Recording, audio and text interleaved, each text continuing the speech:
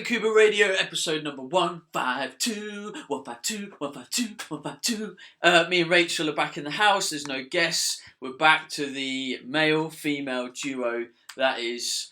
we don't really have a name, do we? Perhaps we should have a name. No, we're kind of like the Maverick and Goose of podcasting. Ooh. Agreed. Look at us both in our singlets today. Suns out, guns out. I'm going to put them down. Those are a bit bigger than mine. And like really pasty as well, actually. I need to get some fake tan on. There hasn't been any sun at the UK at the moment. It's mid-August we're recording this, and there's not really anything going on. I've got a big barbecue at the weekend for like our official housewarming for all our friends, and it's forecast to freaking rain.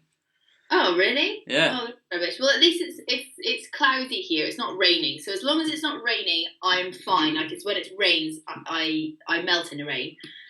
So, but I have to say, I found a really, on this topic of fake tans, I actually don't use organic fake tan because I haven't found a good one that's dark enough. But I do like this new tan that I found in here in Boots. Now I'm back in the UK.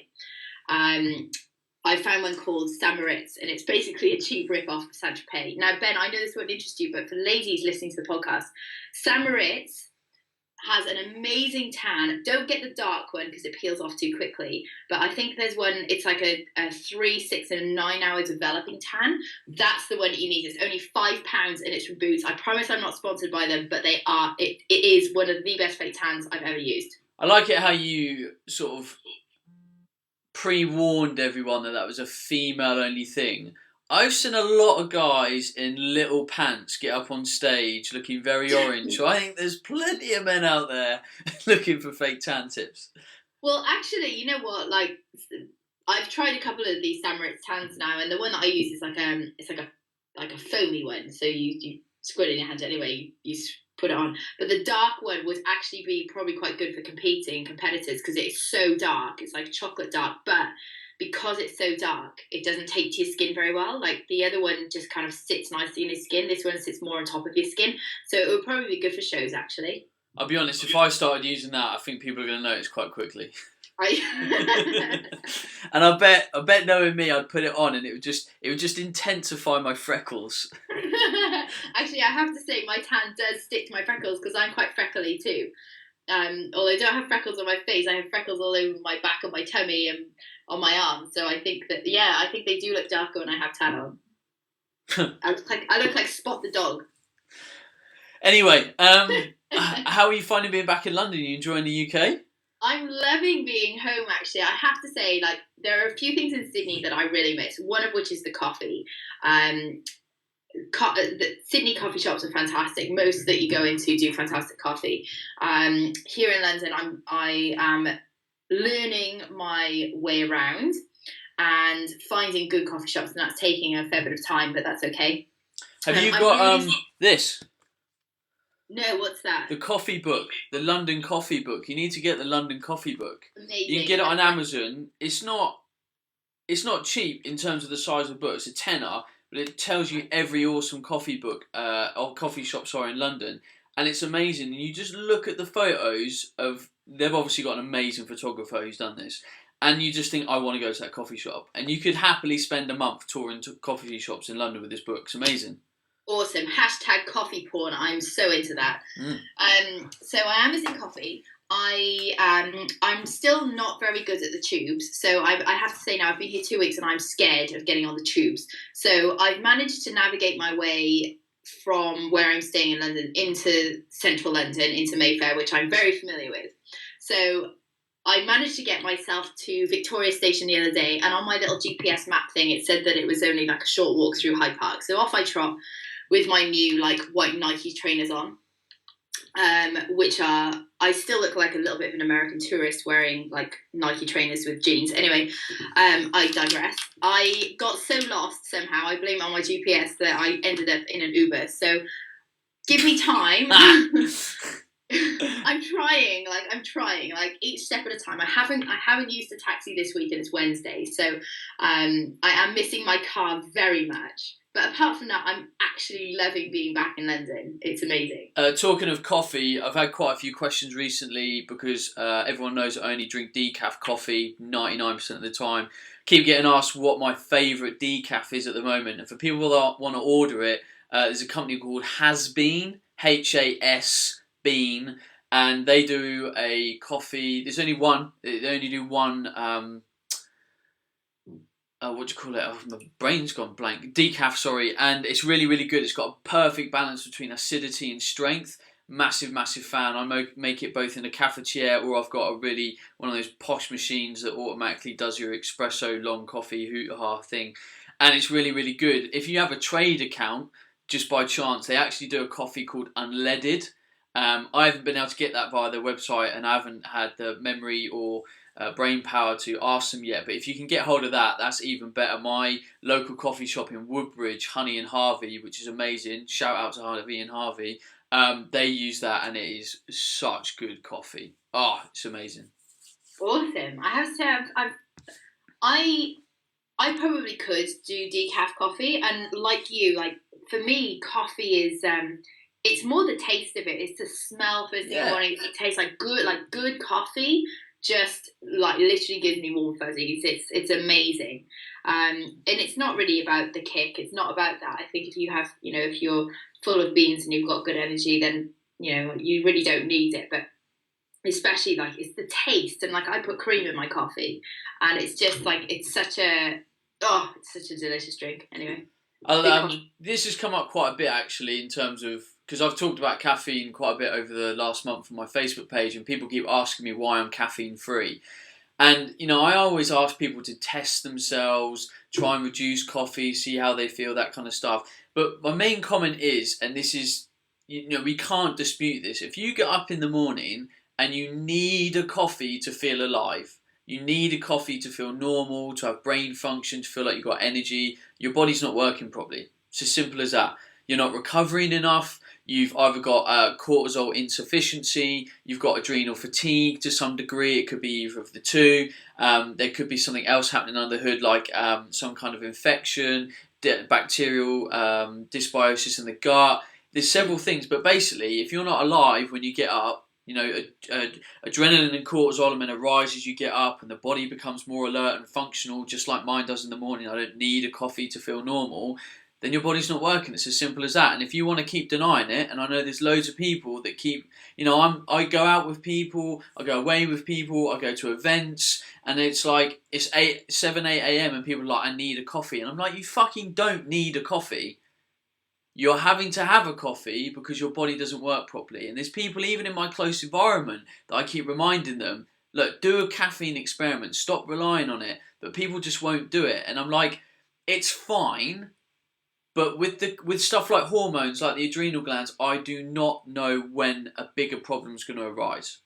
So right now, for the next year, if you drink coffee every morning to feel more alert, is something bad going to happen? Probably not. Are we going to get 10, 15 years down the line and your hormonal functions are going to decline even more? I would hedge my bets. Can I show you some funky research or anything? No. Can I show you loads of people that I've coached, and coffee and stress and overtraining and all this stuff seem to have a cumulative effect over the years? 100%. Absolutely, and that's actually something that's really interesting that's been since I moved to London. Obviously, I'm here now, and I haven't had the daily stresses and strains of life in Sydney, and it's not that I'm blaming Sydney. It was all self-manifested, and I'm slowly sort of starting to rebuild things here, and but I'm rebuilding in a different way, and that's that I can't work like I used to, and that's 14, 16, 17, 18 hour days at some times, in order to get the work done. I'm working now towards like more of a lifestyle, and I have certainly craved less coffee, and particularly first thing in the morning. I have a coffee, within a couple of hours of waking up, because I enjoy it. I enjoy the taste, and for me, like, I really enjoy breakfast, and I like to finish it with a coffee. And it's, to be honest, I think more than anything with me, it's habit. And if I switch that for a decaf coffee, I don't really think I'd notice a difference. Um, and one of the other things that I've really noticed since I've come to London is my training has been less rushed. So usually when I train in Sydney, I have an hour and a half or 2 hour slot allocated to training. That includes going to the gym, so driving to the gym, training, so warming up, maybe have a quick shower, and then back out. So it's a 2 hour slot allocated during the day. And I always find it's just such a massive rush. And I go in, headphones go on, like put banging music on. I go in, I do my shit, and I get out. And since I've been here, I've had a lot more time to kind of see how I'm feeling when I'm training. And I always train on Saturday mornings. And this Saturday I got to the gym, and I usually do kind of like a modified strongman type session on Saturday / bit of a party pump. And I got to the gym, and I started warming up. And you know what it's like sometimes when you're just neurally really fatigued and you start warming up, you get a light sweat on, but it's almost like you can't get blood in your muscle.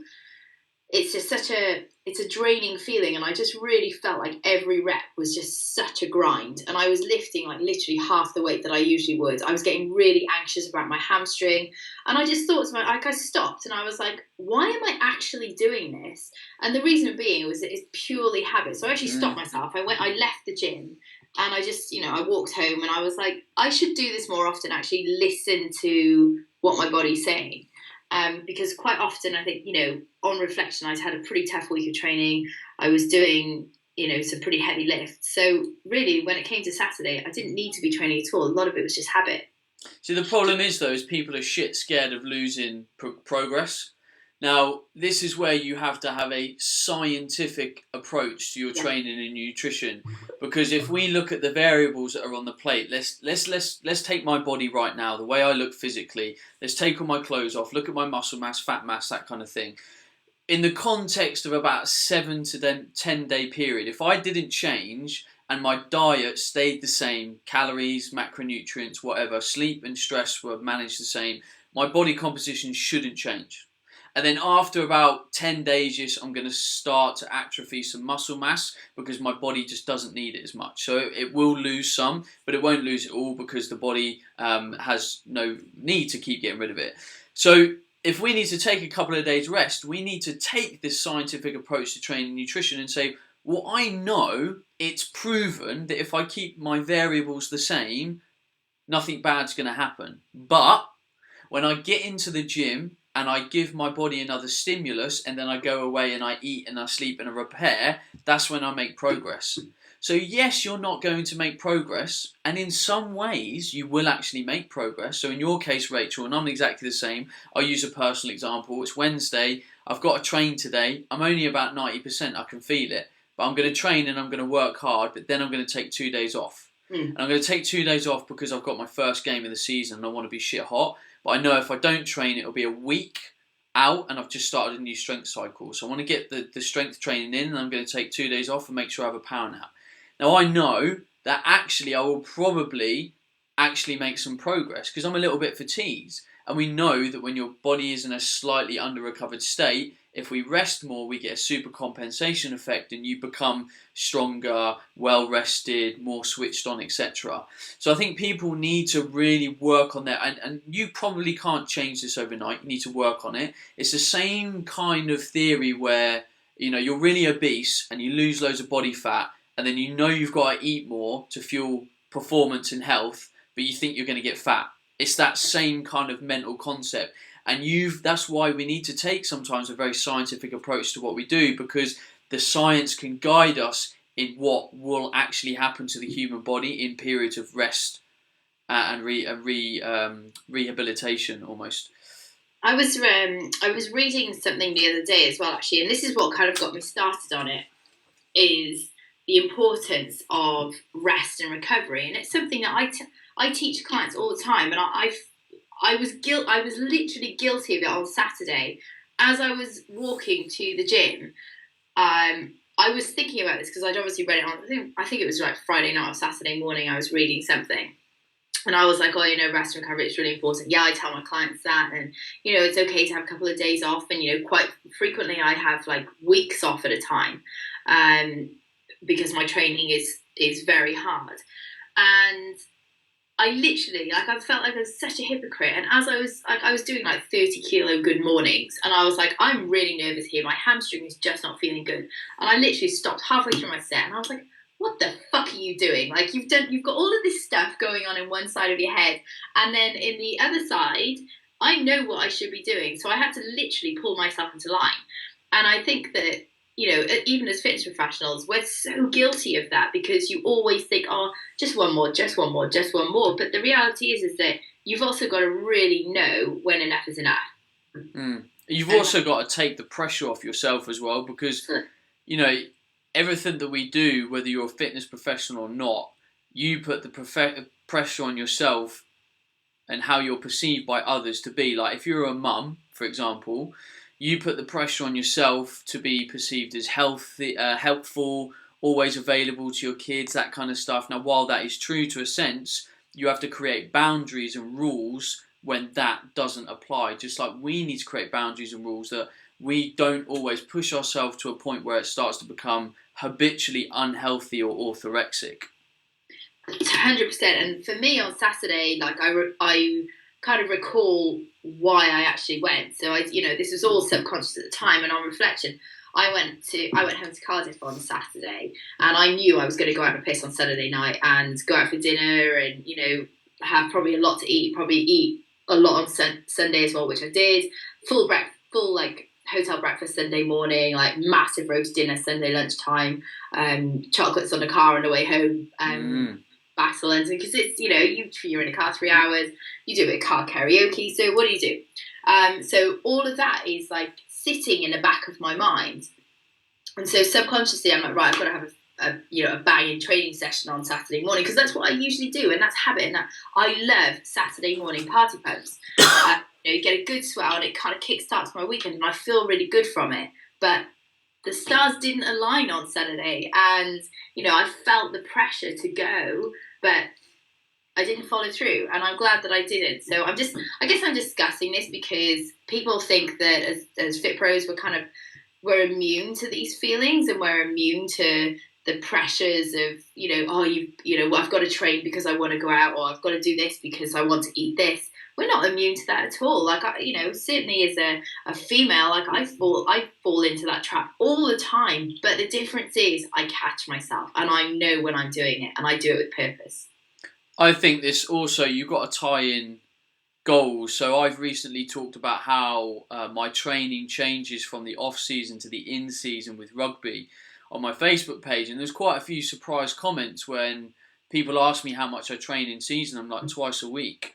I train 3 times if I can. Like, if I'm feeling good, I will train on a Thursday morning, because I know that the Thursday session we have is quite often a bit lighter, skill-based team run-through. And people are kind of surprised, and I'm like, guys, you got to remember, I'm not a gym rat. Like, I don't, the gym isn't my thing 100% of the time. I go to the gym to A, look good naked, and B, increase my performance and strength on the rugby pitch. Yeah. So my goal is not the same as yours, but because so many people's goals are externally influenced by other people, like they see whoever online who looks ripped and looked at their training program, they're trying to follow their training program on top of what they were probably originally doing, because that was actually originally aligned with their goals. So that's why I do what I do. I know that if I train too much, my body just goes into the ground. I'm not focused at work. I don't sleep properly. I'm not engaged in my relationships because I don't have enough mental energy. So I need to manage that. So in season, what is my goal? My goal is to maintain my physique, improve my strength if I can, maintain optimal performance. But basically, my goal is so that when I come to Saturday and I play rugby, I really enjoy it. If I am on that pitch and I feel slow, I feel weak, I feel under-rested, I feel that I'm not going to enjoy a couple of beer with my mates afterwards, that the rest of the week doesn't matter to me. That's my day, and that's when I do my thing, and that's my goal. So the rest of my week links back into my key goal, which is game day. So some of these problems come around, and some of this orthorexic behaviour comes around when we don't actually align our actions with our goals. And if you're doing that, And I've mentioned, I don't know how many times I've mentioned this on the podcast, but I'm still meeting people that have been listening to the podcast ever since day one, and it's episode 152, that are still not getting down on paper what their goals are and actually being honest with themselves. I agree. Shall we start some questions? Yeah, 20 minutes in. Yeah. Aside from that, do you have any news? No. I have a really cool collaboration that people will start to see more of in the future. I've teamed up with a company called GymCube. They're like a fitness YouTube. They basically have loads of amazing people on there, like Katie Bowman-Cook, who was on The Apprentice in the UK, and loads of other really big fitness people doing lots of workout videos. And I am their nutritionist. So I'm now on board as part. They've got like a big membership site, and you can watch all the workout videos, pick up tips, get workouts, get diet advice from me. So if people want to check it out, it's called gymcube.com. I haven't really been posting much about it yet because we're still kind of building stuff behind the scenes and doing some cool things. But that is probably my biggest bit of news. And apart from that, we've just recently launched the Foundation Academy. People might have seen various things online, but it's going absolutely fantastically, and I can't wait for them to start to go into the Practical Academy where all the other coaches get involved. So if people are listening to this and they are looking for an online nutrition course, you have to check out my Body Type Nutrition Academy, because I'm going to hold my hand up. I think it's the best nutrition course there is online. Simple as that. The students love it. And if you are unsure, just go on the website, leave your email, and we'll send you loads of information about it. Just get onto bodytypenutrition.co.uk, click on the Academy tab and have a look.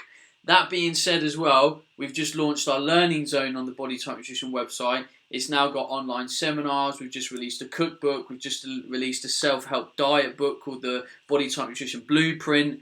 It's all on the learning zone of the website. You can also get loads of free information if you log on to the homepage of Body Type Nutrition. Why have I not been posting this stuff online yet? I'm flipping busy. I'm doing loads of stuff. I can't keep up with myself, but I'm now telling you all. So if you want to go and have a look at it, just go and have a look at the new Body Type Nutrition website. There's an awful lot of free stuff on there, and there's some cool new paid stuff as well.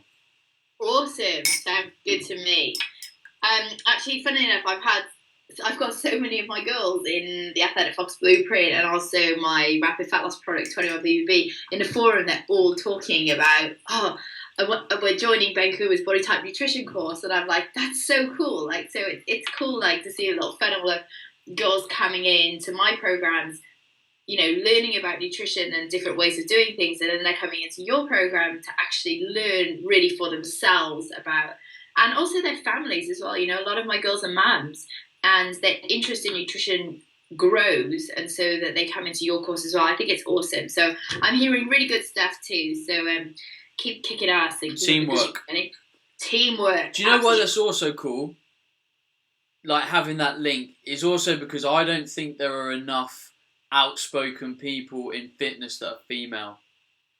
You know, you're one of the only ones that I would follow a lot of your voice and word online. There's a handful of others, but compared to men, it's such a male-dominated industry. So even if some of these people are coming through and starting to be more outspoken about stuff online, I think that's only a good thing, because I just think we need more female voices. Oh, please, 100%. I would love, like, and it's something that I actually posted the other day, and it was like, I do a lot of consulting in Sydney where I spend a day with people, and we do everything from, I spend a lot of time with female trainers and also male trainers, and sometimes just general pop clients as well, where I'll come into their house, and, you know, it can be anything from a fat loss client. So I basically come to their house, strip their kitchen of all their food, we go shopping, we put a training plan together, we go to the gym, I teach them how to cook, I teach them how to eat, and it's basically a full immersion day. And with trainers, particularly female trainers, what I'm doing, particularly over here in London, is taking on a very, very small handful of female trainers, and actually spending the day with them and working on their business, working on their self-confidence, and also working on what their voice and what their message is, in order to be able to help more women. Because as far as I'm concerned now, like, yes, I have a membership site, and, you know, I can help a lot of women, but for me, the most important thing to help more women is train more female trainers, and to get female trainers confident and passionate about lifting and about nutrition, but also build their confidence within their own business so that they can brand themselves and they can stand out in in a field, basically. So that's all very exciting as well. So I can tell you now, there are some fantastic female trainers out there who are coming through my program, and watch this space, because in the next 6 months you're going to see a fair few more of them, which is really cool. Do you think men are more of a dominant force in our industry because there is the ego element? So men are more inclined to just talk about what they do online and share it and kind of be a bit more look at me, whereas the other side of the set, because I think if we actually looked at the amount of PTs in the UK, there is more men than the women. Like if I go into a fitness first, there is more men. But do you think it's also an ego thing? So it's the psychology behind men and women that are driving that as well? I think there's several things here. The first thing that comes into play is confidence. So most female trainers lack confidence in lifting weights and actually training themselves. So obviously it's very accessible to get onto a personal training course. A lot of women do personal training courses because it sounds like a cool thing to do, or they may have some vague interest in fitness. The truth is that because they're not confident in training themselves, and they're not confident in manipulating their own diets and the way that they look and the way that they feel, that doesn't come through in their actual work and the work that the results that they produce with clients. That's the first thing. And I'm just generalizing here. I'm not saying this is every female trainer. So confidence is the first one. The second thing is education and passion for your career. So very few female trainers I know are genuinely have an absolute love and a passion for strength training, for nutrition, to really find out why things are the way that they are. So I was running a Skype consult yesterday actually for a guy, and he said, how did you start in your career? And I said, well, I remember being 20 or 21, reading the Science and Practice of Strength and Power Development on the beach in Dubai. So I had a textbook on the beach, and my mum said to me, you're really weird, why are you reading a textbook on strength and power development? Bear in mind I was 50 kilos at the time. I had very little muscle on me, but I was still interested in this stuff, and I was lifting weights, and I was so excited about it. And I really want female trainers to get that passion and that drive and that love for learning. And because it's such a male-dominated industry, girls, you have to work 25 to 30% harder than your male counterparts. You have to be smarter. You have to love what you do more than they do, and that really has to come through in the results that you produce and the work that you do. And yeah, I think the third thing is women don't like conflict, and so unless they are very confident in what they're doing, if they get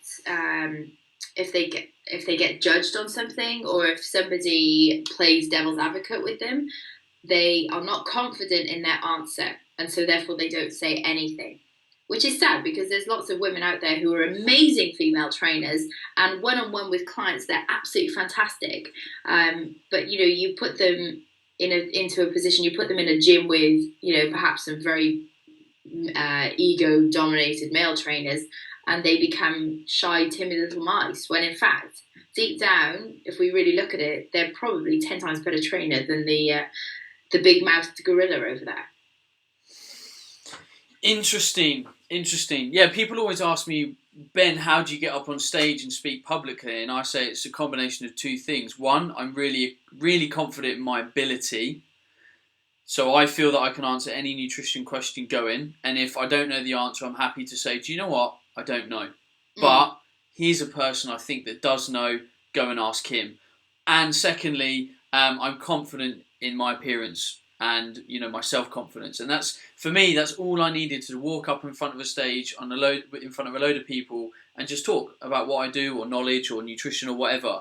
And it's as simple as that. So I think in anywhere in life, in your whatever your job is, in your inner self-confidence about achieving things that you want to achieve, I think getting those two things really bang on is really, really important. And the amount of trainers that I see in the fitness industry when I meet them at shows, and for a start, they look fantastic, you can see they've still got no self-confidence. And I'm Yeah. like, why do you have no confidence in how you look? You Yeah. look way better than I do with your shirt off. Like, don't take your shirt off, you'll make me look fat. Okay? But, you know, again, we have this such extreme view of fitness and where you want to go, and people are always focusing on where they want to get to, that they don't actually take themselves back and go, actually, I'm in pretty good shape as it is. But that still doesn't stop you wanting to progress. Absolutely. I think you've really hit the nail on the head there where you said that the biggest thing is being okay with saying, actually, you know what, I don't know the answers to that question. And as a, you know, when I first started lecturing and first started teaching, it's something that I really struggled with. And my mentor at the time, well, he still is a mentor of mine now, Mark Buckley, you know, he said to me, look, if you don't know the answer to the question, just say, oh, I actually don't know. And I know every time I'm up on stage or every time I'm running a consult, you know, there are times where I just think, actually, you know, I don't actually know the answers to that question, or I certainly don't know a direct answer. And it's totally okay to say, actually, you know what, I don't know the answer to that, I'll have to go and look it up, or I can refer you to somebody who does know the answer. And it's not a bad thing to do that. And I think a lot of female trainers in particular get really frightened of being able to say, actually, I don't know. But when you don't come from a place of ego, you know, all your ego does is it wants to justify your behaviours and your actions. So when you come from a place of, well, it is what it is, and it's okay to say, no, I don't know, I'll find out for you, then you don't have a problem with it. So I think, you know, being okay with not knowing it, because let's be honest here, God, the more you learn, the less you know, right? So the more we learn about things, you do feel, well, you do second guess yourself. So yeah, it's okay, girls. Like, just step up, do your thing. And if somebody, I wouldn't say somebody calls you out, but if somebody throws a different idea at you, or a different perspective, or a different way of looking at things, take it on board and say, that's cool, that's very interesting, I'll look into that. That then takes vulnerability as well, and people don't like vulnerability. But vulnerability is one of the most attractive traits you can see in other people. Like, when I see other people that can't admit something, or when they don't know the answer and they try and bullshit their way through it, whatever the situation, I instantly lose respect for them. Yeah. And whatever they say next, I'm not going to believe it, even if it's true, because they've already lost my respect. Which is why I think, and this is why I almost love the online world, is I see a shift happening that people are demanding honesty. Yeah. People are demanding that there's transparency in your beliefs, there's transparency in what you do, how you act as a practitioner, the way that we buy, the way that things are sold. There has to be honesty, and I really like that. I believe I'm an honest person. I believe that if anyone feels I'm not, then you ask me and I will explain myself or my rationale or, you know, my thought process. But everyone should be able to demand honesty from someone else. You're a very honest person, Benny. Trying. You're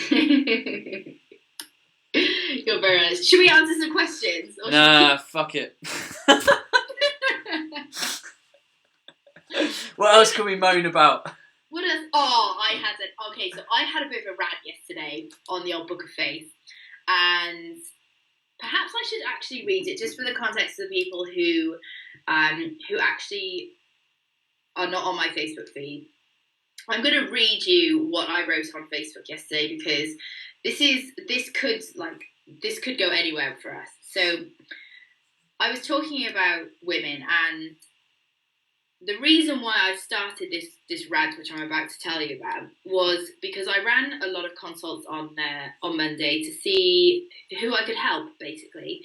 And I had on the call, I had some absolutely amazing women and guys, some of which had been through a lot of shit. And some of the women on the calls really wanted to take action, and they didn't victimize themselves. They got on with it, and they just did it. They got on with their progress, and they obviously sought help and sought action. I then had others on who I failed to get on the call, They didn't tell me that they weren't going to make the call. So first of all, that's disrespectful to me for wasting my time because I'd allocated a half an hour slot to speak to somebody. Not only did they not tell me that they couldn't make the call, but then they wouldn't reply to a message to say, listen, I'm waiting on the call. So that kind of brought me to a point of why people don't get results with their training and their life. So I'm going to read this to you. The number one reason why women do not have the body or the life they are after is because they lack commitment and waste time talking, planning, and preparing for the big event, which is always a Monday, day one of diet, bullshitting themselves about various colourful stories and elaborate excuses.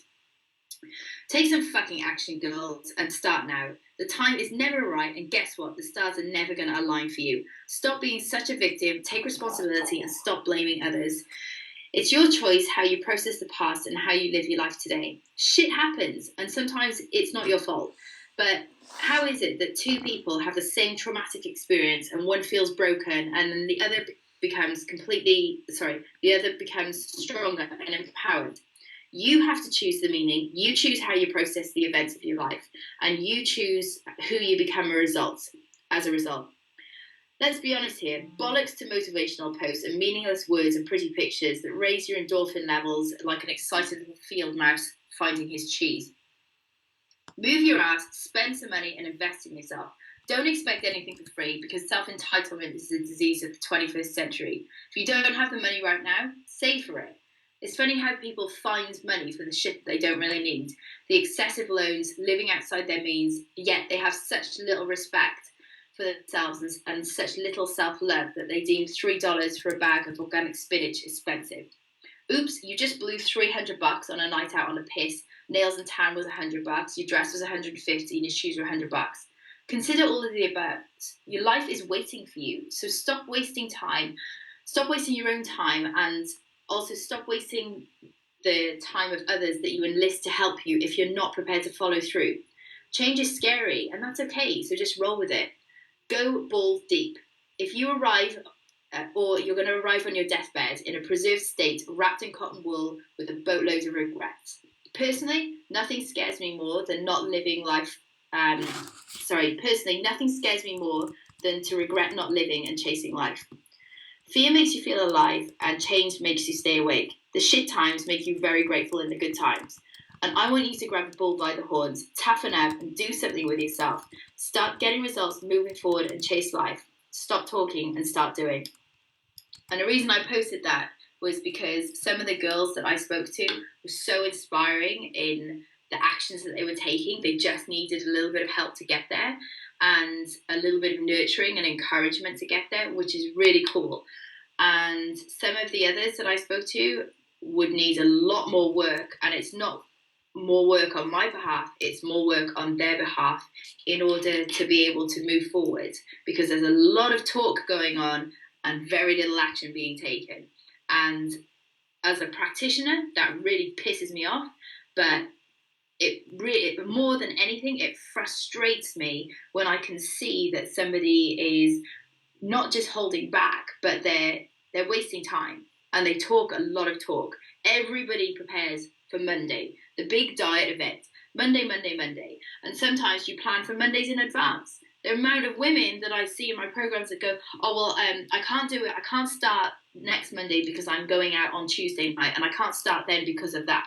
Because nothing is ever right. The stars are never going to align. Start now, because it has to be perfectly imperfect. So that was my rant this week. Nice. While you were actually ranting and telling us all about that, I actually shared it on my Facebook page because I thought it was very good. Well, thanks, Billy. It's brilliant. It was brilliant. I love a good rant. And it was kind of similar to the rant that I actually made this morning at the time of the podcast about breakfast and how it's all cliche that it's the most important meal of the day, and we all kind of know it, but we don't do anything about it. We don't want to get up 5 minutes earlier. We don't want to go to bed 5 minutes later. We don't want to make sure we've got enough eggs in the kitchen or veggies or whatever it might be. And a lot of the time you've got to stop believing your own bullshit and just get on with it. Totally. And here's the other thing. I was having a conversation with a trainer in the gym this week. He's in unbelievable shape, and we were talking about this, and I'm going to probably get shot for saying this, but let's be honest here. Like, being in decent shape really isn't that hard. It's not. Look, it's hard work to get there. Like, I've been lifting for 17 years. Like, if you expect to have the amount of muscle mass that I have, and you know, and you're a chick that's just started lifting weights a year ago, you're not going to get, you know, you need a lot of work to do. I've been lifting weights for a long time. But when you get yourself into relatively decent shape, it doesn't take an awful lot of effort to stay there. No. And I think that's a really missing element that's in the industry today, is that everybody's on a diet, and all of these diets are such hard work. Hard work compared to what? Eating shit? Because quite frankly, if you want to stay in shape year round, you have the majority of your meals have to be what I call functional meals, meaning that it's probably stuff that isn't, well, it's certainly not going to be like eating out at a restaurant where you have the most tasty, delicious meal that gives you warm fuzzies. But it has to be a meal that fits, you know, okay, let's talk about macros. It fits your macros, it serves a purpose, and it does the job, and it tastes okay. Quite frankly, I don't have time to spend a lot of time in the kitchen. So for me, as long as it tastes okay, I'm not bothered. That's a functional meal for me. You've got to step away, really. Like, if you want a really great body year round, like, you've got to really step away from this eating for pleasure all of the time. And it doesn't mean to say that you eat dog food and if your food is going to taste like shit. It's not that at all.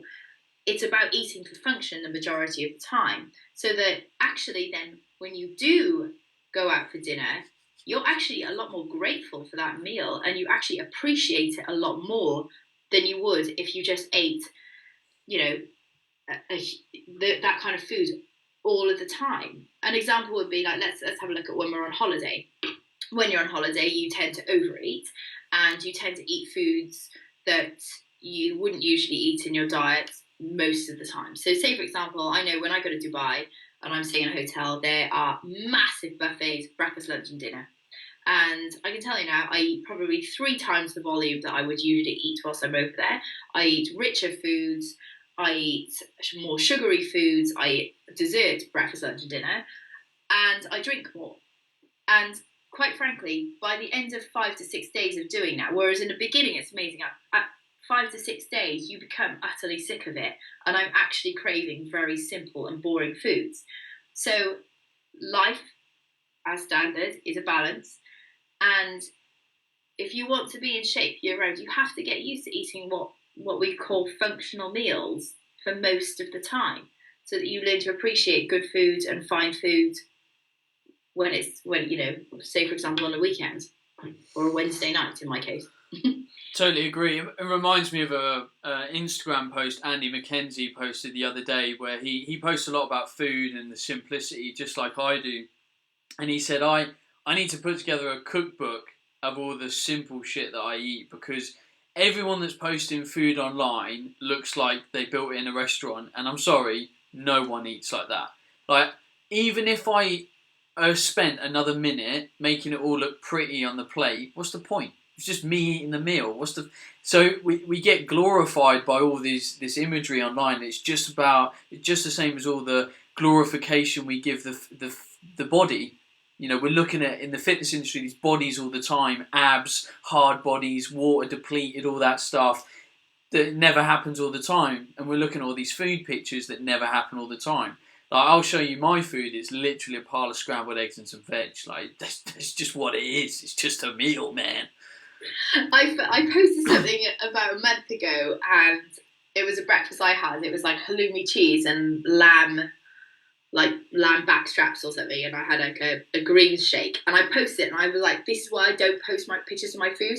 And the post went nuts. Like, the pieces of lamb looked like 2 pieces of poo on my plate, and because they were like perfectly like little, like, they'd be like good poopy policemen. Like, Paul Check would be so proud. But that's why I don't post pictures of my food, because quite frankly, it doesn't look like a chef cooked it, because I'm not a chef. And I eat for function, and I eat to stay healthy and lean, and to have my brain firing on all cylinders all of the time. So yeah, like eating for fuel, and just like stop beating yourself up over eating junk food. Like, I'm not saying go out and eat donuts all the time, but Alan Aragon. I think it's Alan Aragon. He says that 10% of your daily calories should come from junk. And when he says junk, I would term that as things like dark chocolate, or God, I can't even think of anything else off the top of my head right now. Like, you know what I mean? And depending on how, I mean, look, I guess there are two sides of the story here. For some people, that would work really well. For others, particularly those who are just starting out on say a fat loss plan, how rigid and how strict can you be with yourself? Because if you taste chocolate, how can you have only 100 calories worth of chocolate when, if you get that taste, how do you know when to stop? So there are two sides to the story there. But I think once you've got yourself into shape and you're on a good plan, then if you have a glass of wine here and there, if you have some chocolate here and there, or if you want to have a dessert here and there, it's really not going to make a huge amount of difference to your physique. No. But then, it all also comes back. It's all a mental game. All of this is a mental game. You set yourself a goal and a timeline, and you reach that goal within the timeline, and you look at your body at that point in time on the end of that timeline, and you go, right, now this is perfection. This is what I work myself towards. And then as soon as we deviate away from that, it's like we have an instantaneous failure. It's like, I couldn't maintain that exact physique. Well, all the guys that step on stage in the fitness industry and the athletes that step on stage for their competition when they're at peak form will look like that for a couple of days, and then they go back to being 2-3% body fat, fatter, looking a little bit flatter, looking a bit more normal, so to speak. So always comparing yourself to the perfect is very paralyzing. It's like being in your industry, whatever industry you're in, whatever work you're in. It's like whoever's above you, if you always compare yourself to them, you'll never seem good enough. But you use them as a benchmark of where to work towards, but also understand where you're at and where you're moving towards. So people are never looking at the different variables and the steps. They're always just focusing on the end. And this is, I think we talked about recently in a podcast about being present with stuff. Being present and appreciating what you're doing right now doesn't mean you can't be driven and look towards the future. It just means you're present and you enjoy it and you don't miss the moments. Because, mate, and I've been there loads of times before, if you don't enjoy and you miss a moment in life, it's fucking shit. It's like you've wasted your time. It's bullshit. And that's a sad place to be in. You can't see and appreciate the present. It's just like, women as well, like, look and they compare themselves to one image. And I'm using this as an example because, and not being present, because I had an inquiry the other day, and somebody sent me an image and said, I really want to look, I want to look like this physique. And it was a one image of a front on image. And I'm thinking, hang on, people are 3D. You can't compare yourself to one image. You have to look at somebody as a whole. And depending on what angle you're at, girls, like, come on, like, even guys, like, you can look totally, like, I've got a really good friend of mine, he's a male fitness model, and in person, he looks very fit, he's very lean, but in his images, he looks absolutely shredded and jacked. Now, he doesn't walk around looking like that. Female fitness models and, those who get on stage, they are absolutely shredded and jacked in images, but even in person, when they're very, very lean, they don't actually look like the image. And I'm not saying that they don't look like the image. They look similar, but they're not actually that shredded and jacked in person. So stop comparing yourselves to one image, and just use some common sense and be present in what you're doing, and be, no one's perfect. Right, I am wrapping this show up because in 20 minutes I've got to be at the gym, otherwise I'm going to lose all my gains. Can't lose your gains. In fact, I've got to eat as well because I trained chest today, which is very unusual for me, but I decided to do a bit of chest. It wasn't even a Monday. Chest and back. No, I trained legs on Monday. Wow, bucking the trend. Yeah, I know, man. So I had just about today, and I'm losing my gains because I now haven't eaten for an hour. So it's time. Awkward. Right, everyone. As I mentioned, if you want to get loads of free, cool fitness and nutrition ting, then go over to bodytypenutrition.co.uk where there's loads of new stuff. As I've mentioned previously on quite a few podcasts, if you are enjoying what we're talking about and you want to get involved in the conversation, then chat to me and Rachel. Like, tag us both in on Twitter. I'm Ben Coomber, Rachel's Athletic Fox. Tag us in on Twitter. Tell us you enjoyed the show. Tell us you hated the show. Tell us we swore too many times. Just tell us something. Just communicate. Let's get some conversation going. Yeah, this show is going to be explicit rated. We want to hear from you people. It's nice to know that this stuff isn't falling on deaf ears. Next week, I have the muscle professor on the show. Very, very fascinating show. We talk about all the different variables of hypertrophy and what the science is saying and what Dr. Jacob Wilson is getting up to in his lab. Which will be fascinating. And then, of course, after that show, me and Rachel will be back again. Yay! Sounds good. And I promise we'll answer some questions that show. Actually, I won't promise that because I never know what's going to happen. And if you promise things, people get angry. And I don't want to make anyone angry. That's true. Okay, we'll just go fly by the wall. But, Yeah. Who knows what's going to happen between now and then? Like, I may have, like, an idea that I must share. But And I might get a boob job. Anyway, on that note, we're going to end the show. See you later, everyone. Any job. I'll see you later. Bye. Hey everyone, Ben Coomber Radio, episode number 151. Hopefully, you know I am pretty turd at this number thing. I always get it wrong. It doesn't matter. I'm here, I'm back, it's Thursday.